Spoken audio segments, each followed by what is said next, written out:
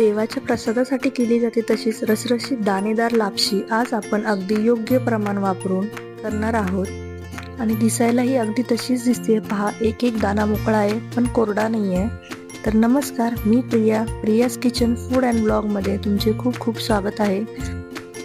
सर्वात आधी आपण साहित्य पाहून घेऊया। इथे मी 1.5 वाटी लापशीचा भरडा घेतलेला आहे। भरडा दोन प्रकारचा येतो, एक जाड आणि बारीक। तर हा मी जाड घेतलेला आहे थोडा, आणि याच वाटीने मोजून 1.5 वाटी गूळ घेतलेला आहे। 1.5 वाटी भरड्यासाठी 1.5 वाटीच गूळ घेतलेला आहे इथे।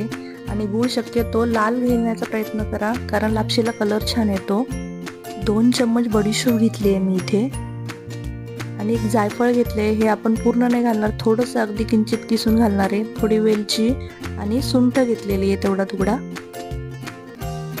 आणि इथे काजू, शेंगदाणे आणि थोडंसं खोबरं घेतलंय। काजू मी एका काजूचे 2 फाका करून घेतलेले आहेत, पाहू शकता तुम्ही। आणि खोबरं असं पातळ कापा करून घेतलेले आहेत। आणि शेंगदाणे घेतलेत अर्धी वाटी। आणि इथे मी हा भरडा आपल्याला धुता येत नाही, त्यामुळे मी एका कॉटनच्या ओलसर कपड्याने पुसून थोडासा असं ताटामध्ये पसरून ठेवला होता, कारण पावडर वगैरे काही लावलेली असेल तर म्हणून धुता येत नाही, म्हणून मग मी त्याला ओल्या फडक्याने पुसून असं ताटामध्ये एक 10 मिनिटं पसरून ठेवला होता। आता इथे मी कुकरमध्ये एक 2 चम्मच गावरान तूप घेतेय। तूप थोडं गरम होऊ देऊया।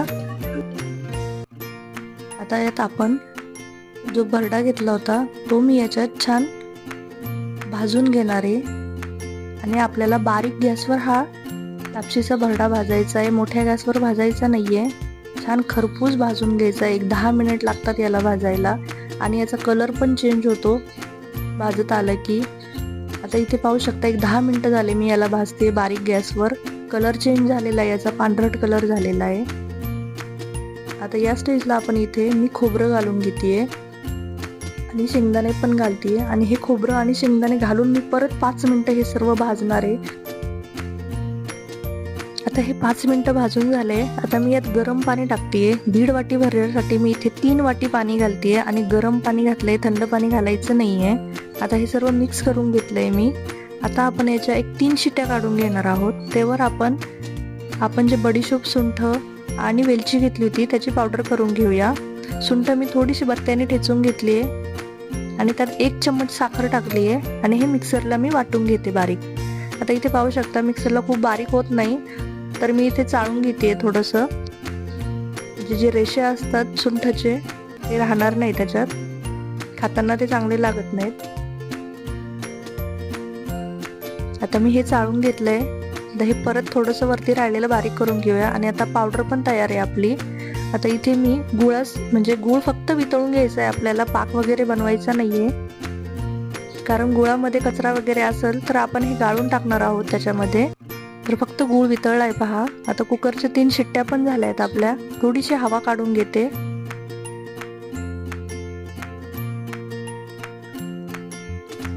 आता इथे पाहू शकता, भरडा आपला छान शिजलेला आहे, पूर्ण मोकळा झालाय, पाहू शकता एकदम। आणि मऊ पण शिजलाय, तुम्हाला दाखवतीये मी। आणि खाली पण लागलेला नाहीये। 1.5 वाटी भरड्यासाठी 3 वाटी पाणी हे अगदी योग्य प्रमाण आहे। आणि आता इथे मी कढईमध्ये काढून घेतलाय भरडा पूर्ण। आणि आता याच्यात हा गूळ जो आपण पाण्यामध्ये विरघळून घेतला होता तो मी गाळून घेतलेला आहे, कारण काही कचरा वगैरे असेल गुळामध्ये तर निघून जाईल म्हणून, बाकी काही कारण नाहीये। तर याला आपण छान मिक्स करून घेऊया सर्व।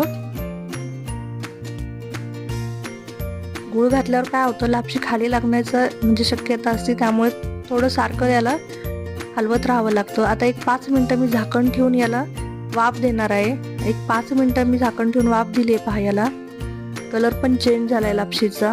थोडं एकदा हलवून घेते, कारण खाली लागू नये म्हणून, परत खाली लागल्यावर जळकट वास येतो। तर इथे मी परत 2 चमचे साजूक तूप घालते याच्यामध्ये।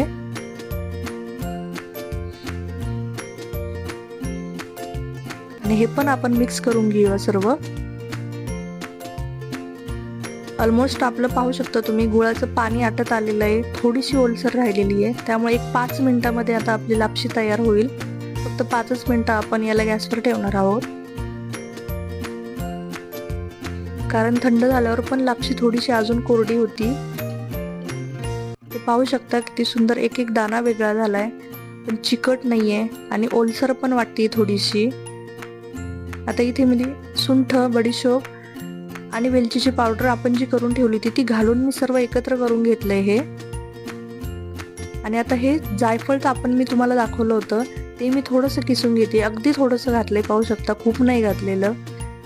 आणि इथे जे काजू आपण ठेवले होते तडका पॅनमध्ये थोडंसं तूप घालून अर्धा चम्मच त्यात मी हे फ्राय करून घेतेय, थोडेसे लाल होईपर्यंत. कारण काय होतं, सर्वात आधी जर काजू घातले तर ते मऊ होतात, खायला चांगले लागत नाहीत. सगळ्यात शेवटी आपण हे काजू असे तुपामध्ये भाजून थोडेसे मग घालतीये मी.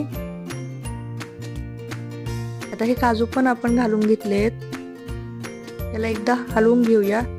पाहू शकता तुम्ही लापशी आपली किती सुंदर झाली आहे, तयार आहे पहा आपली मंदिरात प्रसादासाठी केली जाणारी लापशी. आता हे देवासाठी मी आधी काढून घेते आणि मग तुम्हाला दाखवते. तर असेच नवीन नवीन व्हिडिओ पाहण्यासाठी माझ्या चॅनलला लाईक, शेअर आणि सबस्क्राईब करायला विसरू नका. धन्यवाद.